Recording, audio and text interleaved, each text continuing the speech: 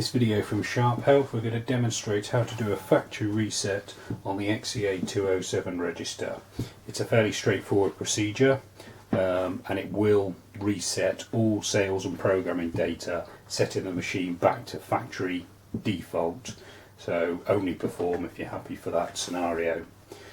Okay, the first thing to do is disconnect the machine from the power, lift off the printer cover, lift off the battery compartment cover and remove the two memory protection batteries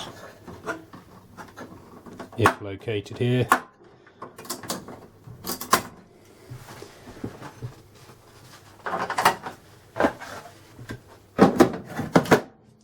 Then reconnect the machine to the power, select language, and the machine will now perform a master reset.